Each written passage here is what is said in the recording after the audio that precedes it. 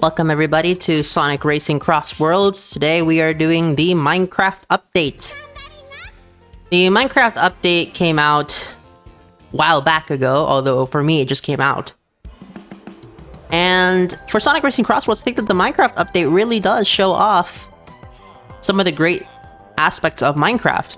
I'm pretty sure that this is not a naturally generated seed. I might be wrong. But part of me thinks that what they did was they just wanted to world edit and design this itself. I don't think anybody built this. Who knows, maybe they have a team of builders and they did it. Could be.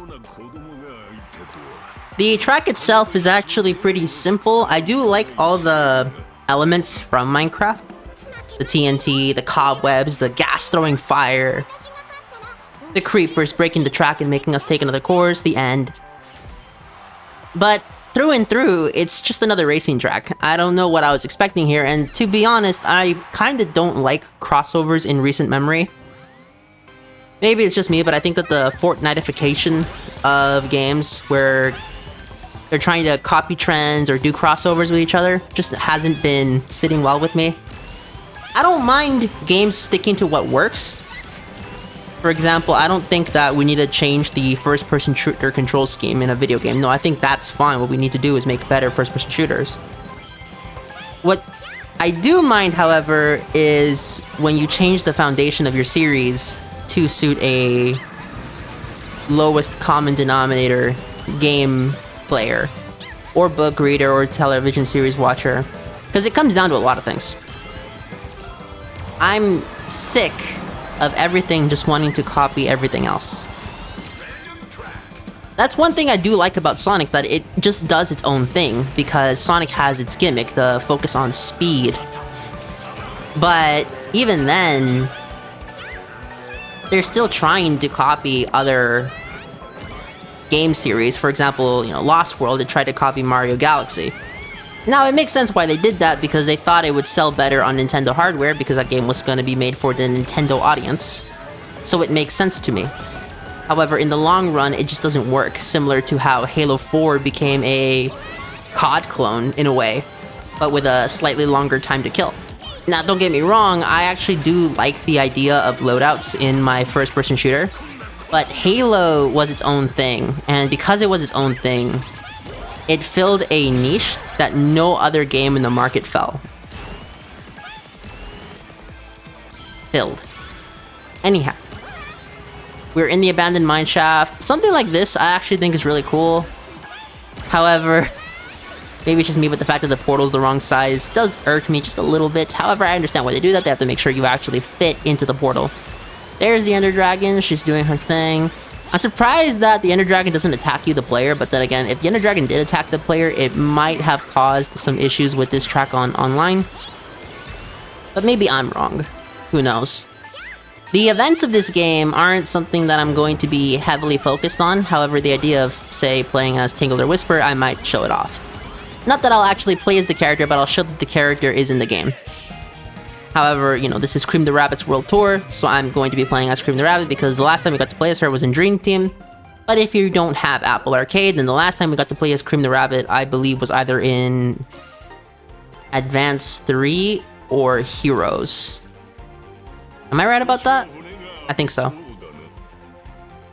Anyhow, we defeated Zavik. So once you finish the race, at the time of this game, the other tracks haven't been added, which means that we're gonna have the Crossover Grand Prix 1 final, but it's a random final because the other tracks aren't in the game.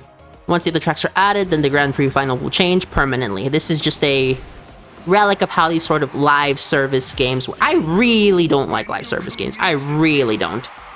I think that should be very obvious to people who watch this channel. There's a reason I don't play games like Wuthering Waves or Genshin.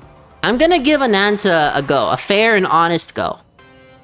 Simply because it looks interesting. But you won't catch me playing Master Duel, or Hearthstone, or any other live service TCG simulator. Again, mostly because I just don't like the live service model. I think the live service model is a bad model for video games in general. Now, about things like Stop Killing Games, well, I really don't care about Stop Killing Games, okay? All the best video games already came out. We don't need new video games. Every new video game is just a cool, here's another thing, product. At least that's the way I see it. I think, similar to what I think with books and movies, I think all the best books and all the best movies have already been written.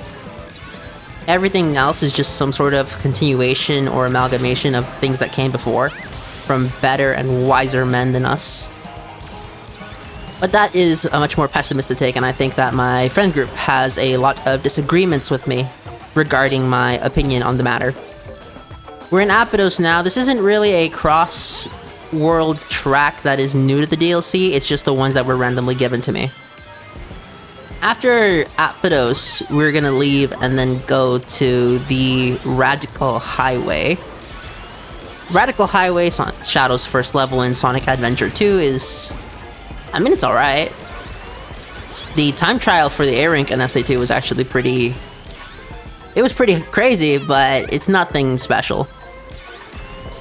Anyhow, the items in this game, one thing I noticed about this game when I played Mario Kart World recently, because at Thanksgiving break, I did play Mario Kart World with my cousins, is that the control scheme is so radically different, and it just feels odd to me. I don't think that the control scheme is something that benefits this game as a racer. I get that they want to separate themselves from Mario Kart, but at the same time, Mario Kart succeeds because it just has this polish that no other racer in the industry has. Not to say that I don't like the idea of customizing the car, that I don't like the idea of having to let go of the drive button in order to make sharper turns. I actually think that's pretty cool game design. However, when I tried to play Mario Kart World, I was having muscle memory issues and it did bother me just a little bit. Mario Kart is pretty dope though, I do like it. The emotional roller coaster that is the Mario Kart games is something else. Sonic Racing Crossworlds to me doesn't really have that emotional roller coaster. It just seems to me more like you're either really liking it or you're somewhat frustrated in the game. Because when I'm winning in Sonic Racing Crossworlds, I'm actually having a great time. But when I'm losing, it's not like Mario Kart where I'll go, ah, no, or something along those lines where I'm just slightly frustrated, but at the end of the day, still having fun. It's more along the lines of, I could have avoided that, or that came out of nowhere, or what the hell was that, XYZ. And it's just not something that I particularly enjoy all that much. After I've shown this, I figured I might as well show the race park. The race park actually has you fight against teams. The digital team Sonic, so Sonic, Tails, and Knuckles. And these are minigames that you'll actually see in the festival mode. This mode is honestly a lot better for couch co-op, so if you have this on console, this is probably a lot more fun. But on single player, it's alright. At least that's how I see it. Team with the highest tap count. Cool.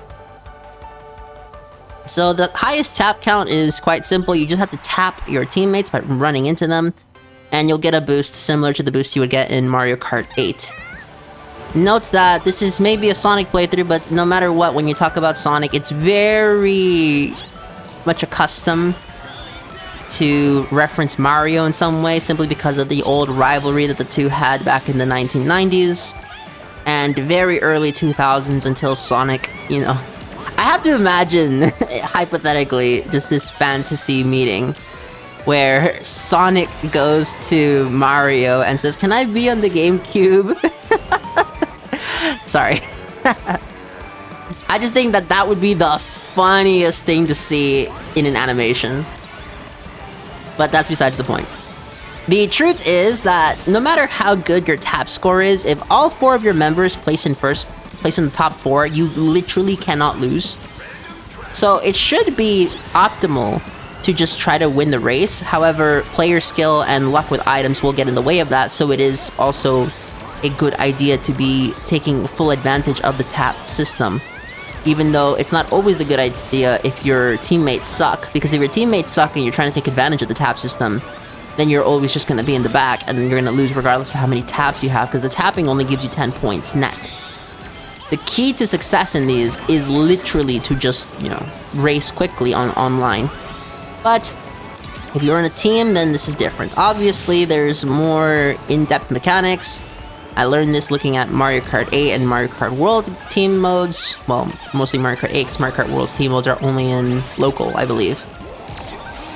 And I don't know. I think that Mario Kart World, compared to this game, Mario Kart World is the more polished game, but when it comes to just the characters, the design of the cards, being able to customize your gear, it is more fun to do this. But if I'm gonna recommend either game to either player, it is Mario Kart World. Anyone bitching about pricing in video games, I don't care about your takes. I know you have a backlog, just work through it before you buy new games if you really can't afford it. Because the truth is, if you can't afford a video game, you have a backlog. Because if you don't have a backlog and you can afford a video game, well then you're probably not playing video games that often. You're probably someone who's focused on his career. Okay, not to be super pessimistic, but the truth is, I think most people are in such bad situations that I don't think they should be playing video games. They really shouldn't. Video games are a luxury hobby, and anyone saying, but this is for everybody, well, look. Truth is, if it has a built-in cost associated with it, then it's not truly for everybody. You have to, in some way, make it your own. You have to be motivated. Because the way I see it is the same way I saw Yu-Gi-Oh! Back in the day. I was a small child and I couldn't afford the game, so what did it do? It motivated me to try really hard in school so that I could get a good job and be able to afford my Yu-Gi-Oh! Addiction. Now, it came with some really funny side effects where now I work so many hours that I don't actually play all that much Yu-Gi-Oh! But hey, I can now afford the cards that I want, when I want, no matter how much they are. So it is a give and take here. Because the truth is, video games, card games, movies, fantasy novels, pornography, that kind of stuff doesn't really matter. It really doesn't. If you get rid of all that, and instead focus on reading, say, self-help, improvement, how-to manuals, non-fiction scientific articles, those kinds of readings, well, I think on some level they'll be harder than most fiction, unless it's a classic book. Now, not to say that all fiction is just straight up bad. No, I think that we should be reading difficult to read books. Think of Bleak House or Moby Dick. Simply to train the mind to have that sort of reading stamina, as well as the ability to create a more vivid image than what is possible to create on, I guess, one of the most popular literature forms for guys would be like Japanese light novels that are translated into English. Because to be fair, most light novels, the way I see it, with some exceptions of course, aren't written particularly well. I actually think they're designed, especially the newer ones, with TikTok brain in mind. I've been reading Guillotine Bride by Murasaki Daigo. And one thing I've noticed in this post-TikTok era, and this also applies to book talk books, women's literature, is that they repeat themselves over and over and over again.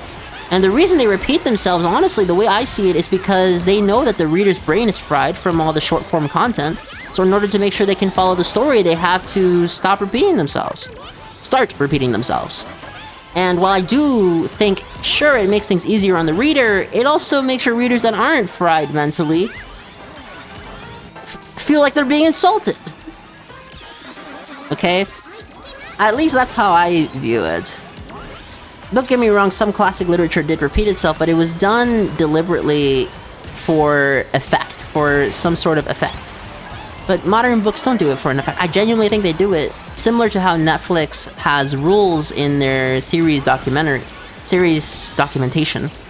that states your series has to be made in a way where people on their phone can watch and follow along. And I think to myself, that's really bad. Because your TV series should be made for people who watch your series.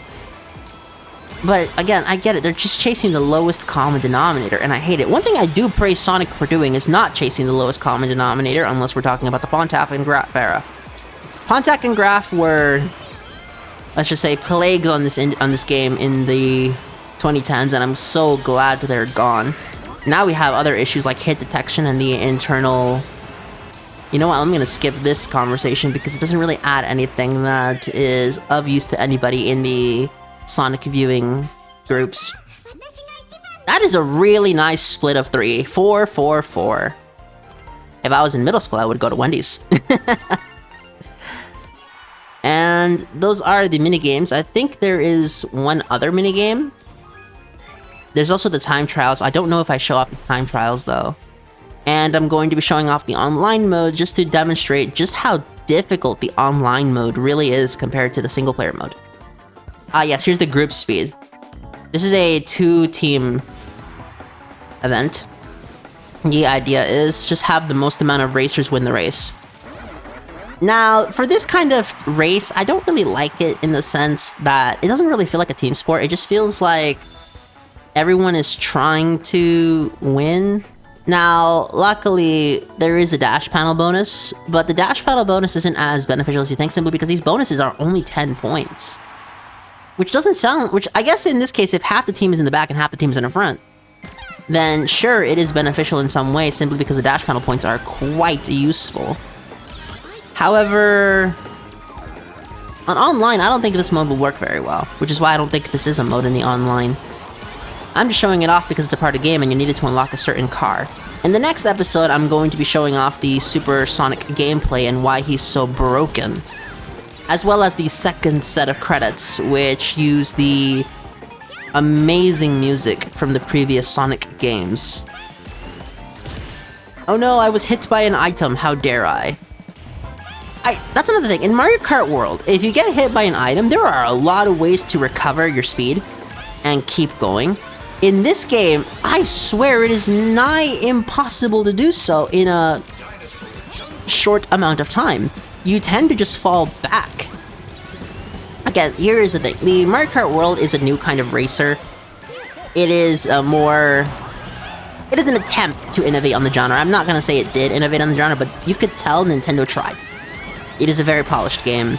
It tried to do something new with the open world, but I just don't think that that is the best part. I think the best strengths of Mario Kart World is the driving mechanics. I think the driving mechanics of Mario Kart World are just so good. But that's just me, okay?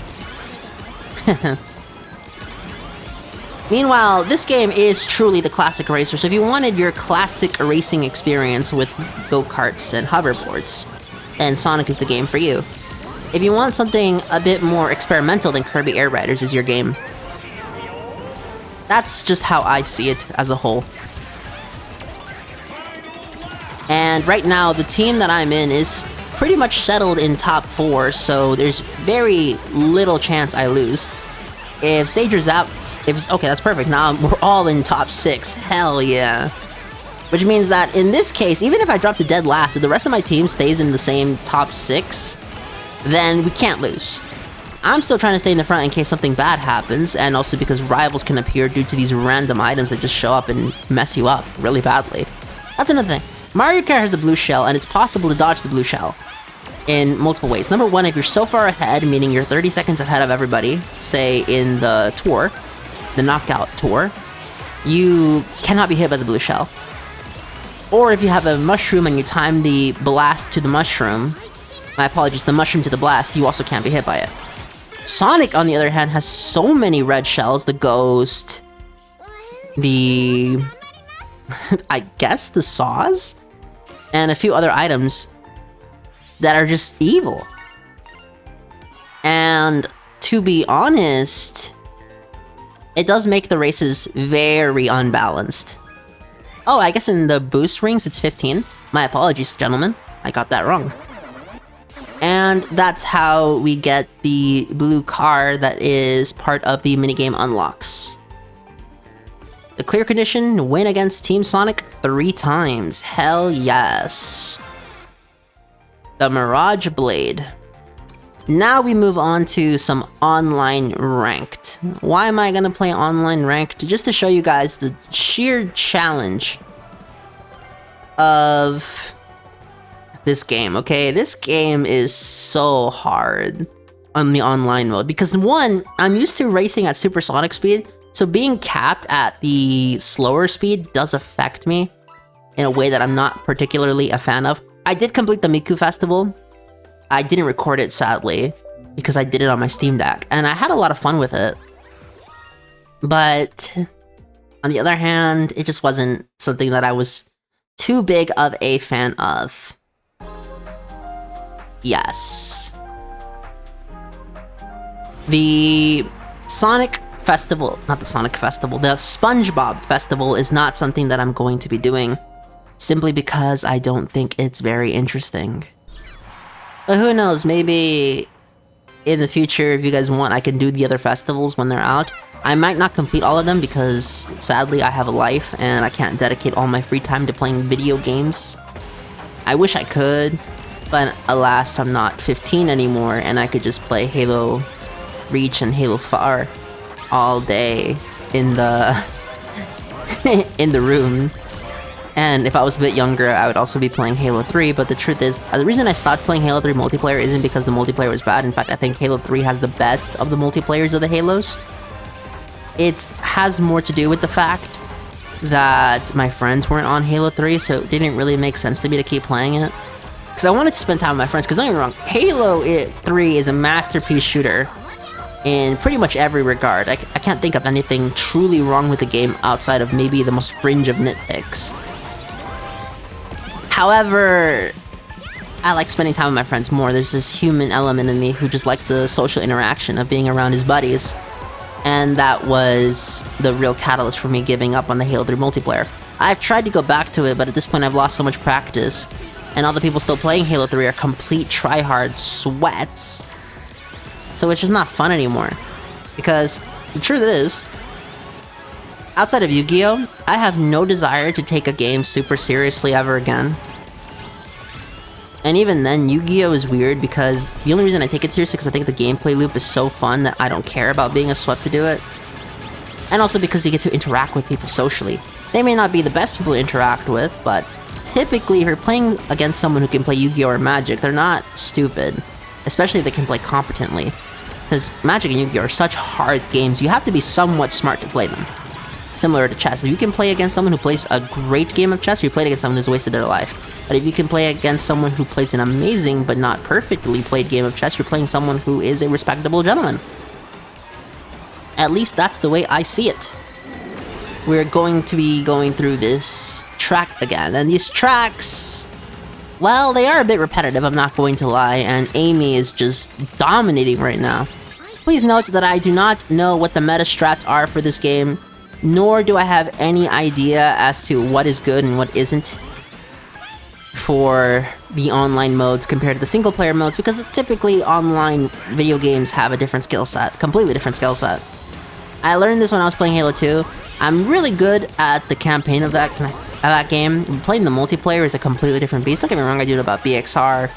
I do know about the various button combos that make Halo 2's multiplayer really fun. But executing them on command, it's another beast. Similar to this game, I know the tricks to beat the campaign, the single-player races on Grand Prix just fine. But trying to beat this game's online mode at a high difficulty, it's just not possible. That's why I'm still in the bottom tier. Because, to be completely honest with you guys, I don't think kart racers in online mode are all that fun. I think they're kind of boring as a whole. Because the real point of the kart racers to me is to get, hang out with my buddies and we just play it. But doing it like this, it's just not the same. It really isn't. But that's just my thoughts on it. If you guys have any other mentality on it, please let me know. Time for another race. I do like seeing the different strategies that people have to get the boost. Because the truth is, just go at the end of 2 and you'll get the max boost. But it's very different. That's the way I see it. No, end of 2 is Mario Kart. Before the 2 appears, or right at the start of the 2 appearing, you'll get the boost in Sonic. See, it's another thing. When you play Mario Kart World and you play this and you go back and forth, your muscle memory really gets to you, man. It really does. And I don't like it at all. Not one bit. See, shortcuts like that I can do and I can stay in first, but for some reason I just have a miserable time maintaining first in these games. I think that maintaining my position in this game is a lot harder than I would like to admit. And also, I'm not the best driver, as you can tell. I'm actually quite bad at these games, especially when you change the speed on me. If everyone was racing on supersonic speed, I think I would be performing a lot better. But I see why Sega chose 100 to be the default mode. It is just cleaner. But you know, maybe I'm the weirdo. Maybe the rest of the world is wrong and I'm right. You never know. I highly doubt it, but you never know. I do like seeing Digital Circus again from Shadow the Hedgehog. And I'm thinking to myself, come on guys, we need new environments. We've seen this before. And I think to myself, I've seen this before. Most people have never played Shadow the Hedgehog. It's a 20-year-old video game. Most people have never played 06. It's 19 years old. Or I guess by the time this video comes out, they might be 21 and 18 and 20. So Shadow the Hedgehog will finally be able to drink in the state of California. But man, it's just another beast, you know? I just don't know what to say about this game anymore. This game is a lot of fun. Maybe I'll come back and do Tangled and Whisper. Maybe I'll do the other crossovers. But the truth is, like, kart racers, I'm loving the kart racer and all. But it's just the same thing again and again. Maybe I'm wrong. I lose here in the online mode. I kind of knew towards the end that I wasn't gonna win after I got penalized by a certain section of the game. And that's okay. It happens to all of us. We all lose. You cannot win every single time. Whether it be in anything, really. Sometimes you're just gonna lose, and it sucks, but it's true. Shout out to Squirm Mista 4 Team for playing an excellent game of Crossworlds.